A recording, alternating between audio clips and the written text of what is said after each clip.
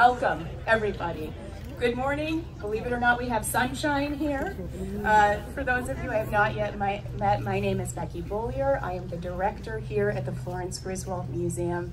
It is an absolute pleasure to be welcoming you here to celebrate a truly pivotal moment in the life of the Florence Griswold Museum. We all know that this landscape is like no other place on Earth. Not only is the glory of Mother Nature fully on display with that slant of light, perfect for painting, but the very ground under our feet is positively teeming with history and stories to be told. Today, this landscape is finally and deservedly taking center stage. The Robert F. Schumann Artist Trail honors and recaptures the original DNA of this historic site and the untamed natural beauty that first drew the Lyme Impressionists here in the first place.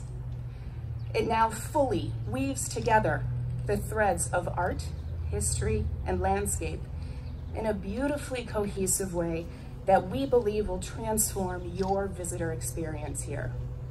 We're so excited to finally be able to share it with you today. But before we hit the trail, which we're all so eager to do, it's important for us to recognize just how we got to this place. All of this began with some very big dreams that were years in the making. As you know, former museum director Jeff Anderson, who is here with us today, served the museum for over 40 years. And during all those years, he never gave up on a pursuit that at times must have seemed unreachable. It was his goal to reclaim all the disparate pieces of Miss Florence's estate that were sold after her passing and to restore to its entirety this treasured American landscape. This was a passion that former museum trustee Robert F. Schumann shared and that he and Jeff actually discussed in their last meeting together before Mr. Schumann's passing in 2011. Bob Schumann was not only a devoted patron of the museum for nearly 2 decades, but he was also an avid environmentalist and birder.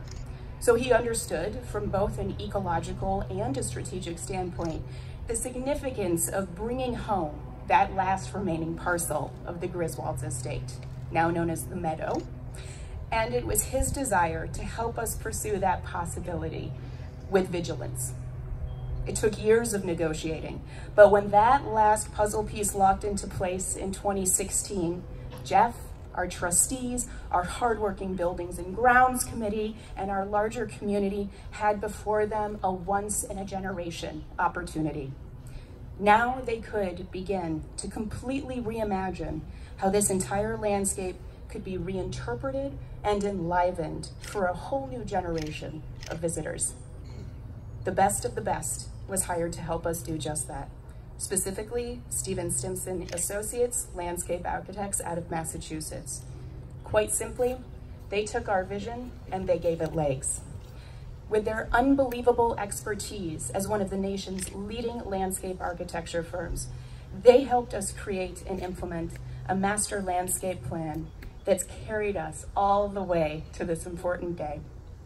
Lauren Stimson, along with Stephen Stimson and project manager Sarah Lawrence, are with us today, and we cannot thank them enough for all that they have done. Could I have a round of applause, please, for the Stimsons, who are nicely shaded under a tree and trying to be inconspicuous, but they're right over there if you want to say thank you. In their research, they pored over archival photos and paintings from our collection, which so often showed the Lyme artists retreating with their palettes in portable studios into the estate's riverfront, woodland thickets, and forgotten corners.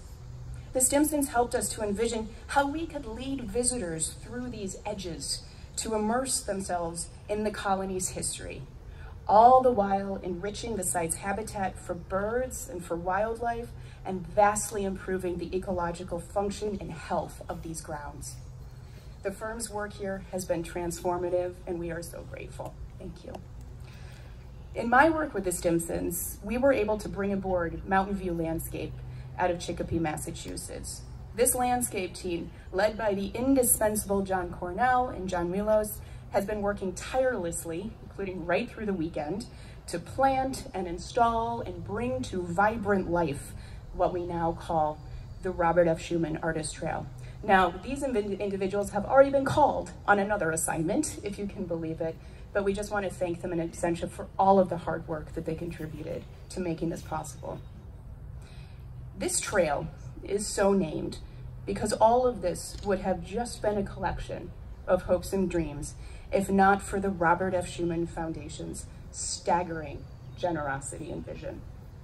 We are forever grateful to the Schumann family for taking up the mantle of their father's love for the natural world and for this place and granting the museum with a major gift to make this visionary project possible.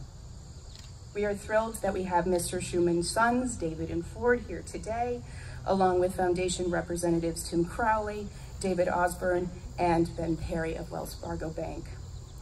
We would like to believe that Mr. Schumann would be so pleased with what you have made possible here, and with the overall family's commitment to carry on his legacy. On that note, I'm happy to give the floor to David Schumann, who would like to share a few words on behalf of the Robert F. Schumann Foundation.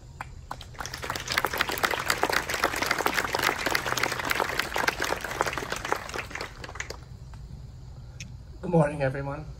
Good morning. Robert Schumann, our father, was an active environmentalist. He served on the board of National Audubon and on the board of Cornell Laboratory of Ornithology.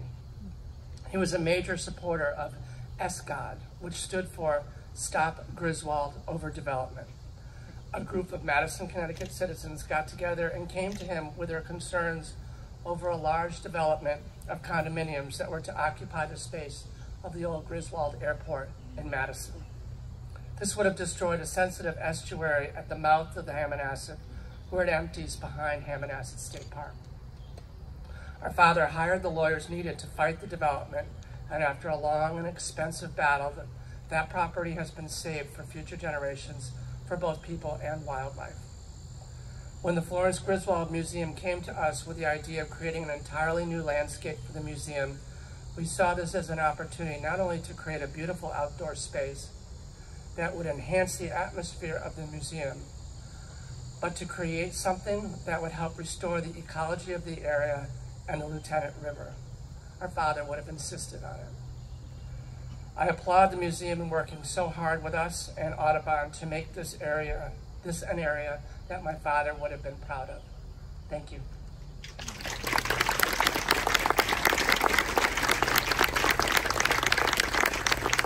Thanks, David, for those kind words. Having your family's support has been invaluable and necessary to this project, and we can't thank you enough. We are also most fortunate to share a fantastic working relationship with the town of Old Lyme. I'm delighted to introduce our wonderful first selectman, Bonnie Reemsnyder.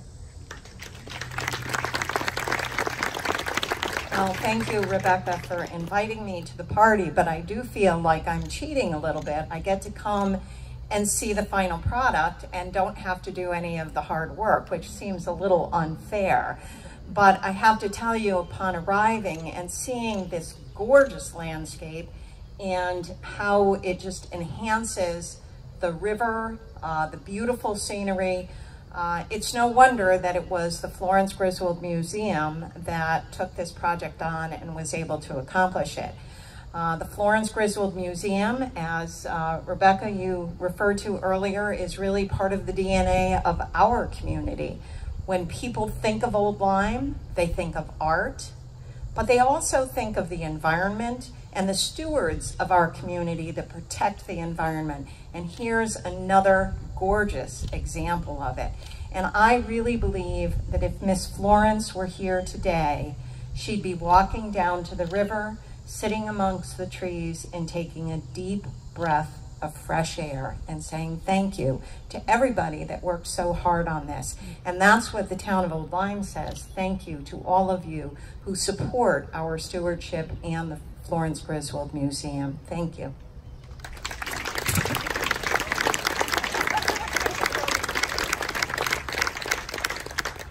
Thanks, Bonnie, so much for those words and for your friendship with the museum. It's such a refreshing opportunity to be able to work so collaboratively with our town partners in this way.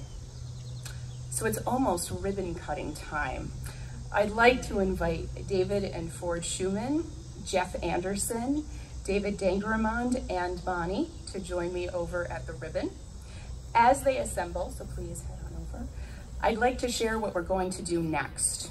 Once the ribbon is cut, we would ask to be honored to have the Schumann brothers be our first visitors to walk the boardwalk along our riverfront. We will host them down there. As we do that, we encourage you all to begin to explore the artist trail and this entire campus to your heart's content. The Griswold Gallery in the Griswold House will be open until 1 o'clock, so you can check out our incredible Fragile Earth exhibition, which also honors our natural world and on our gallery walls. And just one last thing before we cut this banner in two, I have to point out how adorable it is.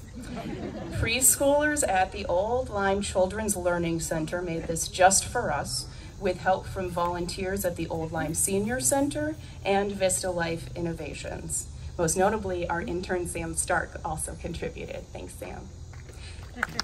Thanks, you all. And while I'm on the topic of last thank yous, I wish to thank the student musicians from Old Lyme's Music Now Foundation for filling the air with music today. What a fabulous, multi-generational, cross-community effort this morning has been, just as this trail will be for years to come. Now on to the reason that we are all here. You mungo scissors. We have real scissors in addition, but it's just too fun to resist, right? All right, please go ahead. It is my great